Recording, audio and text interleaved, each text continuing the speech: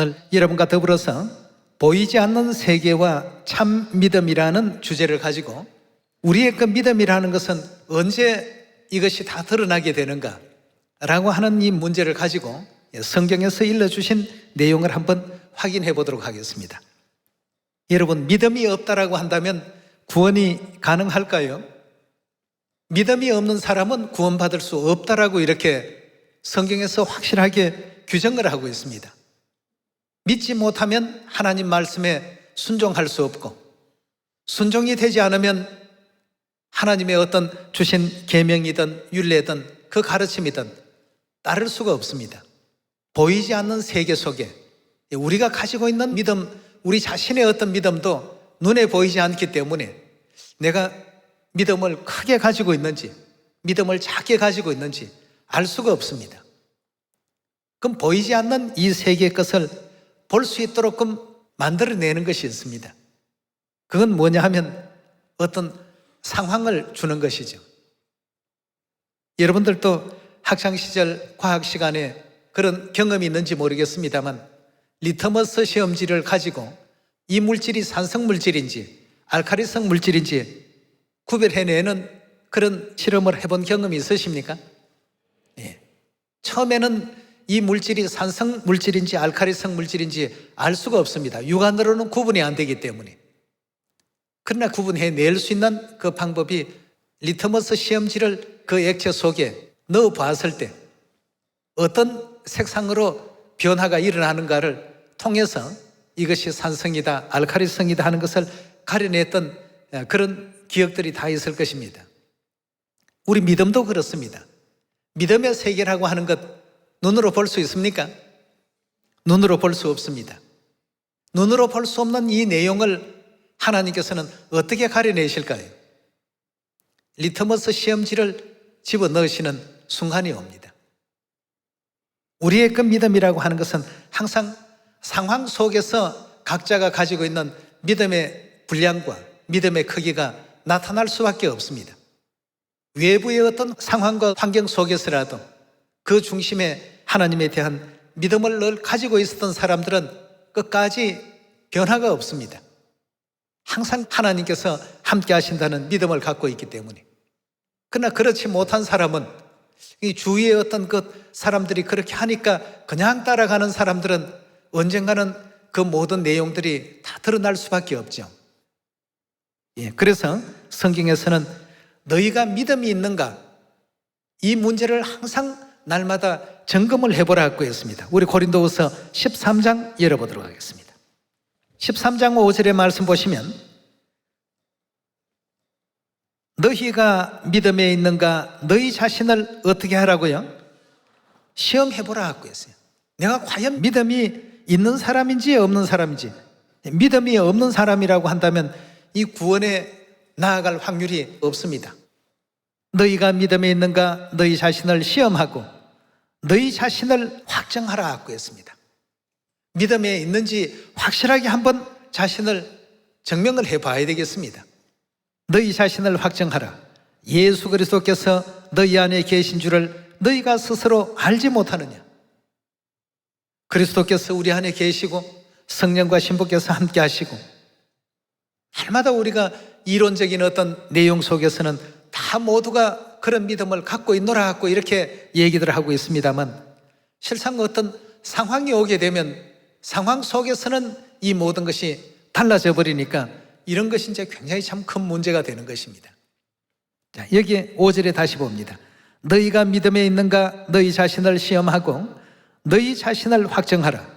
예수 그리스도께서 너희 안에 계신 줄을 너희가 스스로 알지 못하느냐? 그렇지 않으면 너희가 어떤 자라고요? 버리운 자니라고 했습니다. 예. 버리운 자라는 이 내용은 이 사람이 구원받을 수 있다는 뜻입니까? 하나님께서 버리시고 구원에서 배제되고 천국에서 버리운 이와 같은 위치에 우리가 놓이게 된다면 구원이 없다는 의미가 아니겠습니까? 6절의 말씀 보시면 우리가 버리운 자 되지 아니한 것을 너희가 알기를 내가 바라고 우리가 하나님께서 너희로 악을 조금도 행하지 않게 하시기를 구하노라 하고 했습니다. 우리가 믿음에 있는가? 너희 자신을 항상 시험해보고 너희 자신을 확정하라고 했습니다. 오늘의 우리의 삶이, 오늘의 나의 삶이 과연 믿음으로 지금 행하면서 하루를 살아가는가? 믿음으로 하지 않는 모든 것이 다 뭐라고 했죠? 죄라고 했습니다.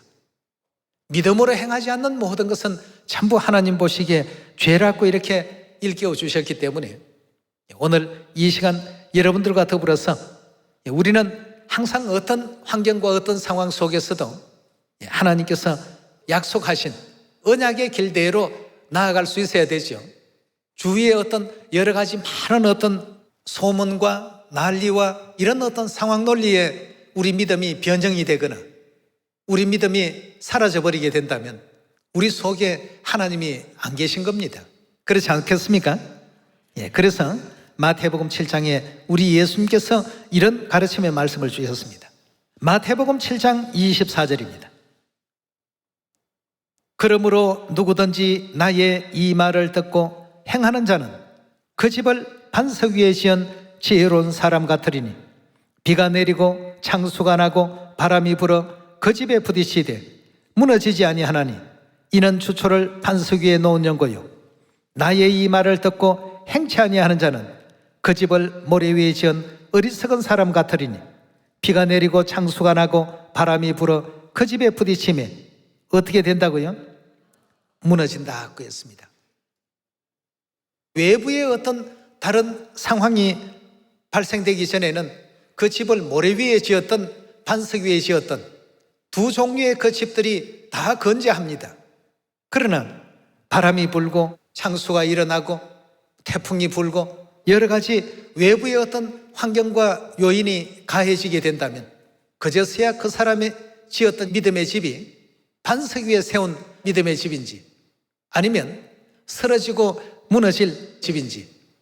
그래서 성경 말씀에는 너희가 믿음이 있는가 너희 자신을 항상 시험해보라 말이에요. 내가 과연 아버지 어머니께서 허락하신 그 믿음 가운데 제대로 지금 서 있는가? 나를 도우시는 이는 누구신가?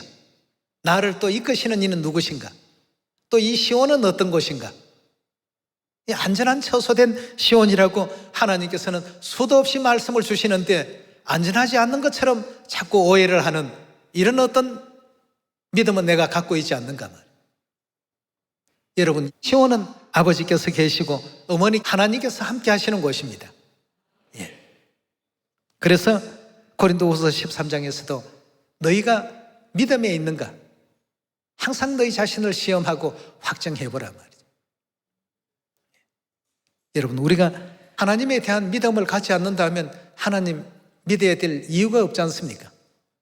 안식일마다 하나님의 말씀을 듣고 배우고 하는 이 모든 일들은 결국 무엇을 위해서겠습니까?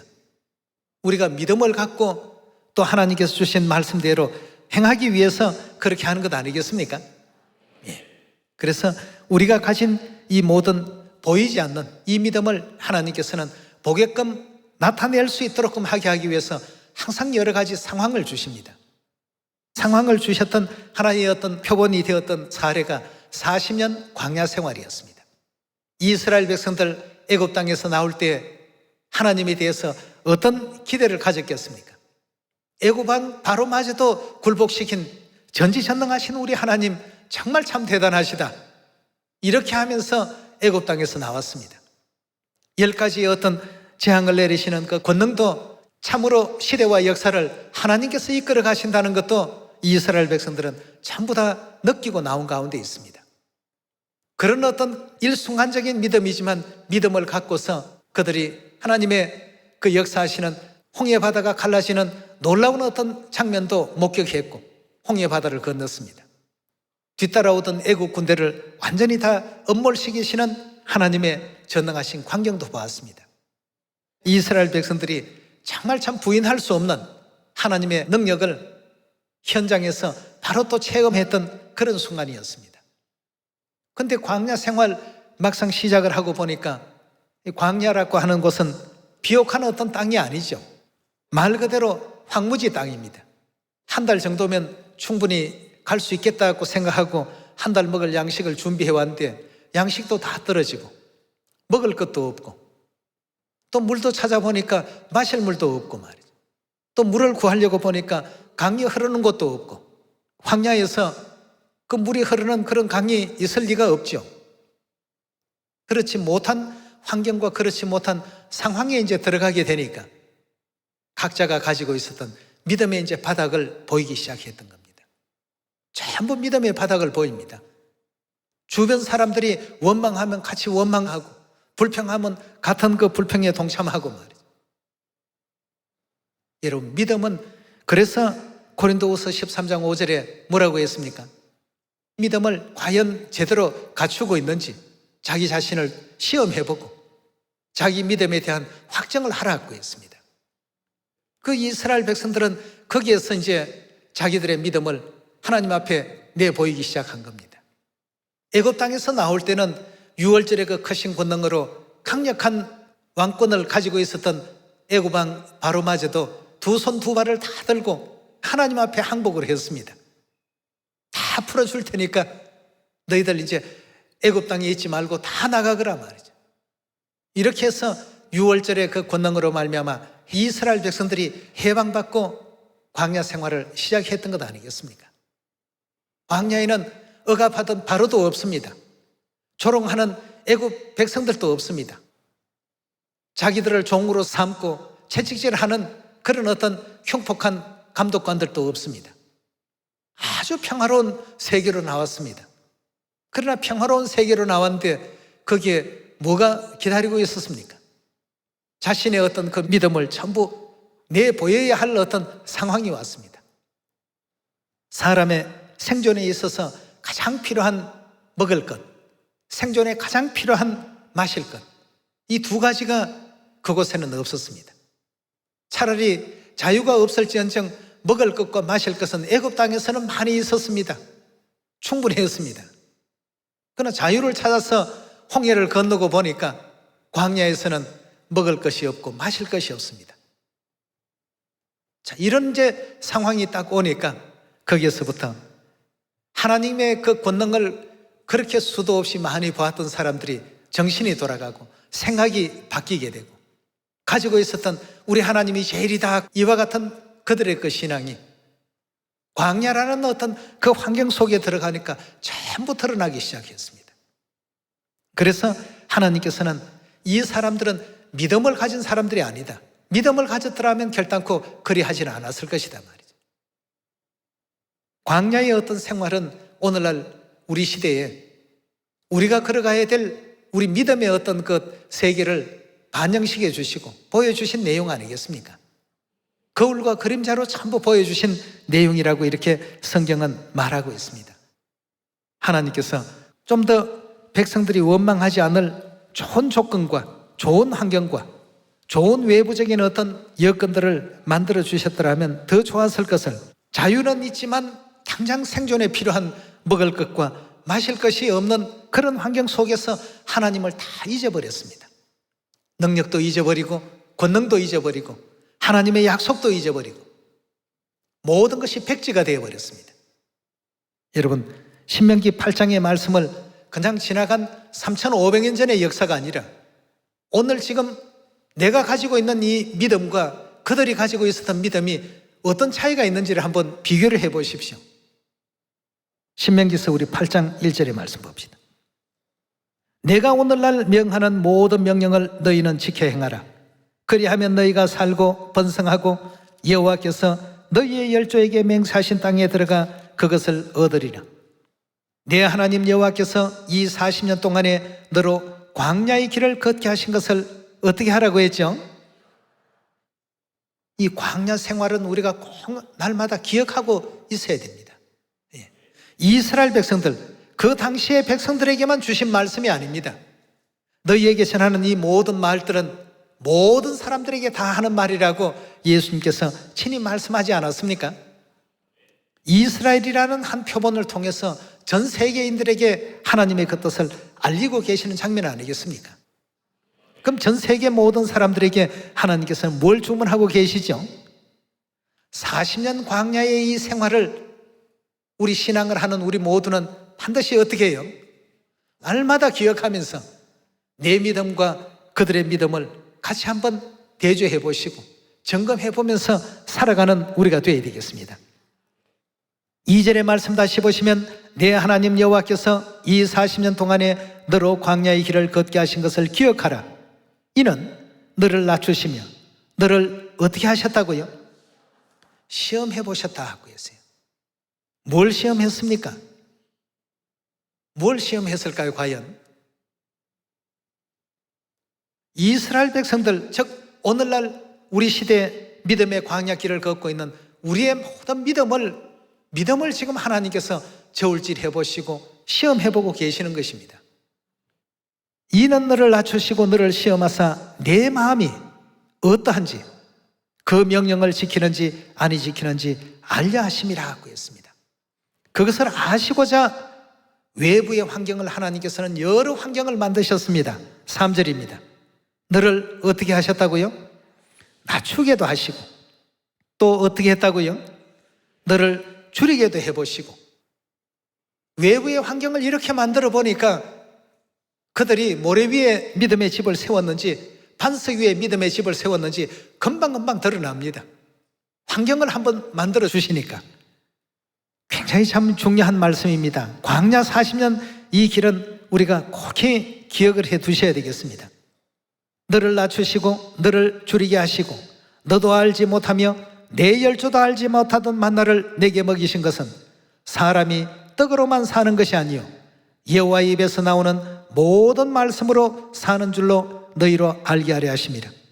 이 40년 동안에 내 의복이 헤어지지 아니하였고 내 발이 부럽지 아니하였나니라.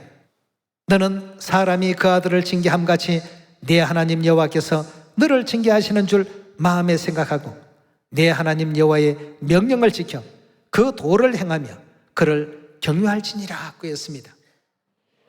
그렇게 되면 결국 어떻게 됩니까? 내 하나님 여호와께서 너로 아름다운 땅에 이르게 하시나니 그곳은 골짜기에든지 산지에든지 시내와 분천과 샘이 흐르고 밀과 보리의 소산지요 포도와 무화과와 석류와 감람들의 나무와 꿀의 소산지라. 너의 먹는 식물에 결핍함이 없고 내게 아무 부족함이 없는 땅이며 그 땅의 돌은 철이요 산에서 동을 캘 것이라. 내가 먹어서 배불리고 내 하나님 여호와께서 옥토로 내게 주셨음을 인하여 그를 찬송하리라 하고 했습니다.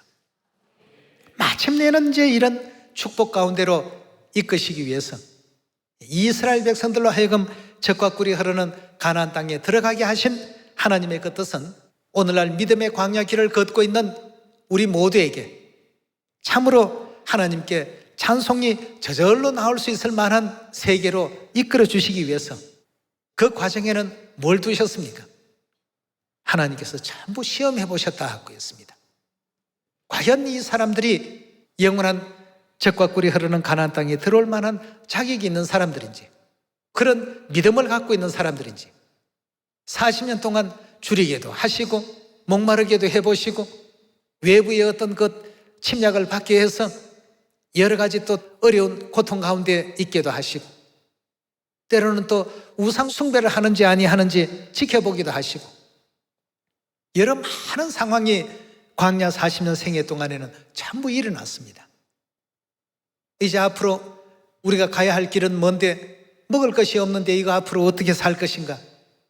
차라리 애굽 땅에 그냥 살았더라면 더 나을 뻔하지 않았는가? 백성들의 입에서 어떤 말이 나오든 하나님께서는 다 듣고 계셨습니다.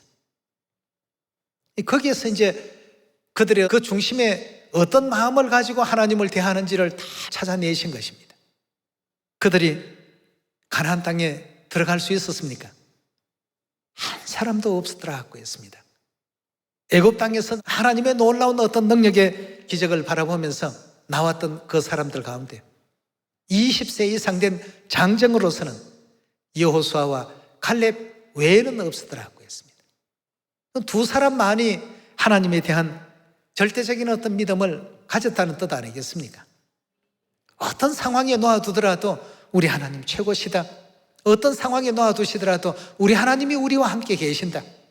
대적들의 어떤 침공을 받아도 우리 하나님께서 계시는 이 시온이다 말이에요.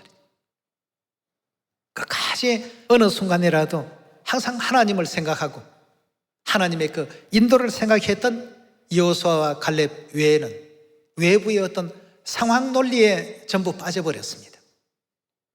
12장탄군의 얘기 가운데서도 그런 내용이 있습니다.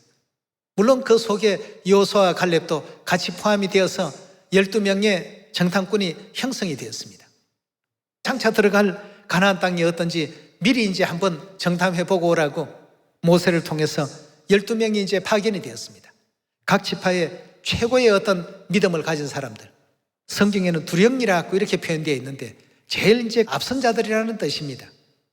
그런 사람들이 전부 갔다 왔는데 10명이 상황 논리에 빠져버렸습니다. 가보니까 성도 뭐 대단하고 우리가 감히 공격할 만한 그런 대상이 아니더라. 우리로서는 감당할 수 없는 적들이더라 말이죠. 그리고 사람들도 얼마나 참 기골이 장대하고 크든지 우리가 감히 그들과 대적해서 이길 수 있다는 확률은 천문학적인 숫자에 불과하는 어떤 그런 내용이다 말이죠. 하나님께서 믿음을 지켜보시기 위해서 다 그런 환경을 만들어 두셨습니다. 이렇게 해서 그렇게 대단하다고 이렇게 평가했던 그 무리들을 여호수아와 갈렙은 뭐라고 평가했습니까? 저들은 전부 우리 밥이다, 아무것도 아니다 말이에요. 저들의 신은 저들에게서 떠났고 저들은 우리 앞에 아무것도 아니다.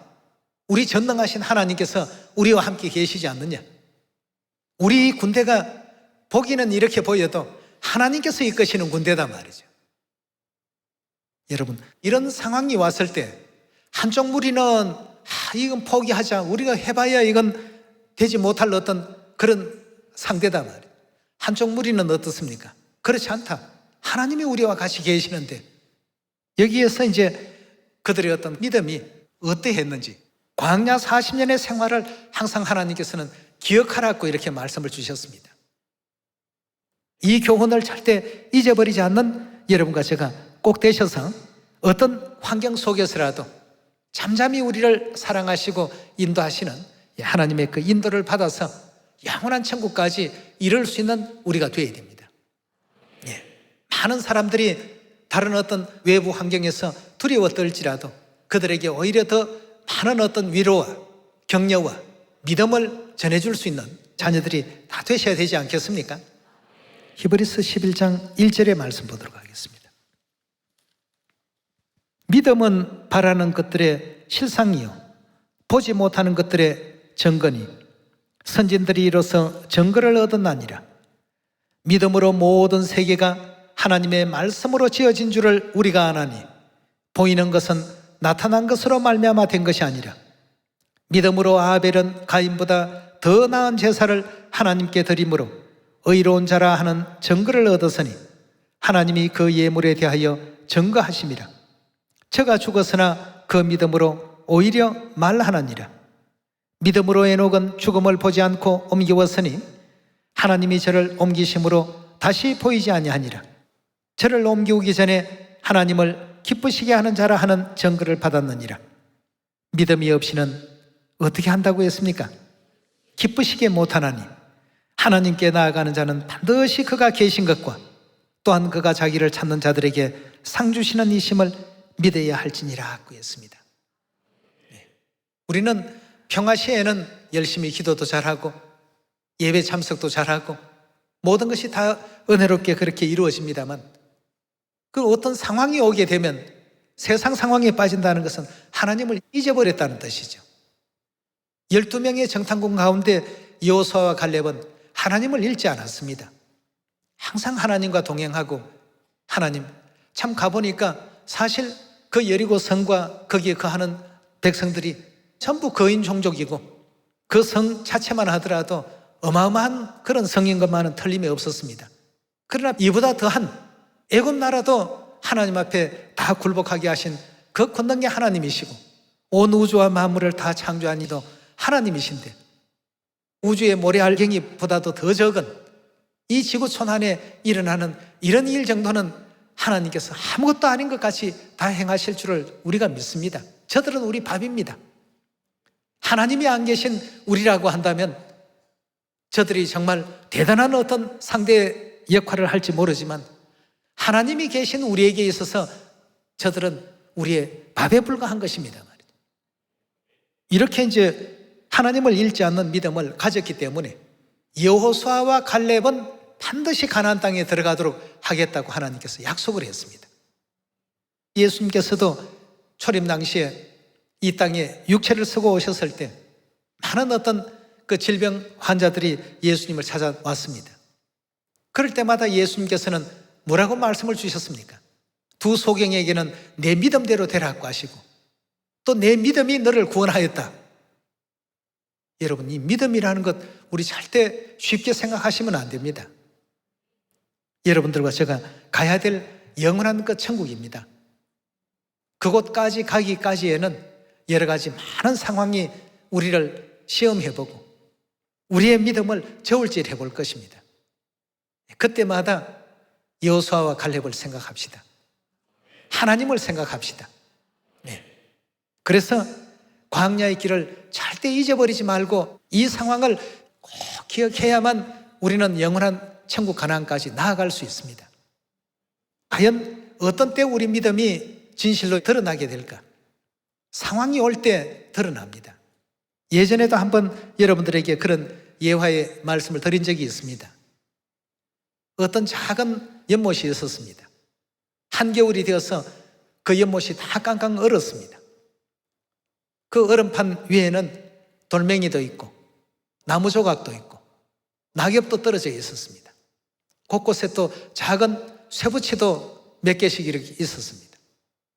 그런데 이것이 어떤 상황이 되면 과연 어느 물질이 물에 떠는 물질인지 어느 물질이 물에 가라앉는 물질인지 금방 그냥 봐서는 알 수가 없습니다. 다 얼음 위에 그냥 있으니까. 그러나 기온이 많이 올라가서 얼음이 녹는 어떤 계절이 오게 되면 자기 본래의 어떤 그 모습을 드러내기 시작합니다. 돌과 쇠붙이는 어떻게 했습니까? 물속으로 가라앉을 것이고 낙엽과 나무 토막은 어떻습니까? 물 위에 뜰 것입니다. 이런 어떤 이치처럼 보이지 않는 이 세계의 것은 상황이 오게 될 것 같으면 다 자신의 정체를 드러낼 수밖에 없습니다. 오늘 이 시간 여러분과 저에게 있어서도 하나님께서는 믿음을 가지기를 원하십니다. 오늘 저와 여러분들 하나님께서도 기뻐하시는 그러한 큰 믿음을 가지고 우리 하나님께서 이 시온에 거하고 계시고 영원한 천국까지 인도해 가실 우리 아버지시고 어머니시다는 이 믿음을 잃지 않는 여러분이 꼭 되시길 부탁드리면서 오늘 말씀 마치도록 하겠습니다. 감사합니다.